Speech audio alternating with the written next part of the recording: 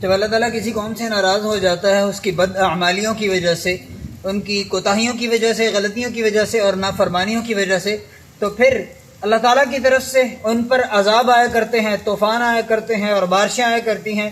اور اتنی خطرناک بارشیں ہوتی ہیں اور اتنی ژالہ باری ہوتی ہے کہ ان کی فصلیں تباہ ہو جاتی ہیں، ان کے کھانے پینے کا سامان جو ہے وہ بالکل فنا ہو کر کے رہ جاتا ہے۔ کچھ لوگ یقین نہیں کرتے تھے کہ ملتان میں ژالہ باری ہو سکتی ہے یا اولے پڑے ہیں۔ آئیے آپ کو دکھاتا ہوں،